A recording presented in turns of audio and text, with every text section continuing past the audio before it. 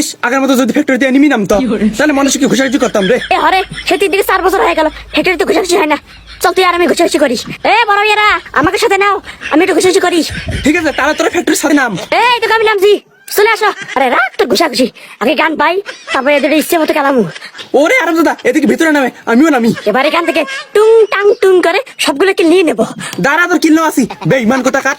ওই বেগমানকে সাথে যাওয়ার জন্য শুধু আমি যথেষ্ট। তাহলে তো তোকে নিতে হয়। এ আমি এখানে আটকে গেছি, আর যেতে পারবো না, তুই আয়। কিরে আসে না কে?